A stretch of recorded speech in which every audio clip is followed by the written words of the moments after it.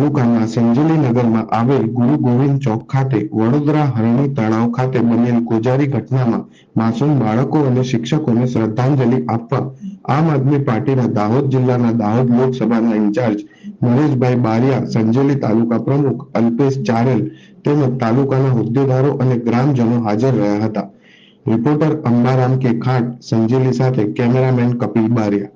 ગુજરાતના વડોદરા જિલ્લામાં વડોદરા શહેરમાં હરણી ખાતે જે તળાવ આવેલું છે તેમાં સ્કૂલના બાળકો 14નું મૃત્યુ થયું છે અને સાથે શિક્ષકો પણ મૃત્યુ થયા છે અને જે વધારાના બાળકો પણ ઘાયલ થયા છે। ત્યારે આ ભાજપની સરકાર કોઈ પણ પ્રકારે ધ્યાન આપતી નથી, જેના કારણે અગાઉ પણ ઘણા બધા ગુજરાતમાં મૃત્યુ થયા છે।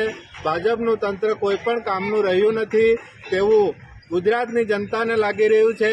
અમે દાહોદ જિલ્લાના સંજેલી મુકામે આમ આદમી પાર્ટી વતી આજે કેન્ડલ માર્ચ કાઢીએ છીએ અને ભાજપ સામે આક્ષેપ કરીએ છીએ અને આ મૃત્યુ પામેલા બાળકોને જ્યારે ત્યાં ભાજપના કાર્યકરો જાય છે ત્યારે હાથ મિલાવીને હસતા હોય છે, એ દુઃખદ ઘટના છે। આ ભાજપની સરકારને કોઈ પણ પ્રકારની જનતાનું કોઈ પણ દુઃખ લાગતું નથી, કારણ કે જાડી ચામડીની સરકાર બની ગઈ છે, જેના કારણે તેમને કોઈ પણ પ્રકારની ખબર પડતી નથી।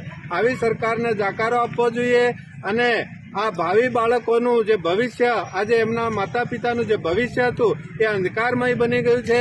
તો સંજેલીની આમ આદમી પાર્ટીની જે ટીમ છે તેના દ્વારા અમે આ બાળકોને શ્રદ્ધાંજલિ અર્પીએ છીએ। દિલથી, હૃદયથી એમનું ભાવભીનું શ્રદ્ધાંજલિ આજે સંજેલી મુકામે અમે અર્પણ કરી રહ્યા છીએ। મારું નામ છે બારિયા નરેશભાઈ પુનાભાઈ, દાહોદ જિલ્લા આમ આદમી પાર્ટી લોકસભા ઇન્ચાર્જ। નવી ખબરો જોવા માટે અમારી ચેનલને લાઈક કરો, શેર કરો અને સબસ્ક્રાઇબ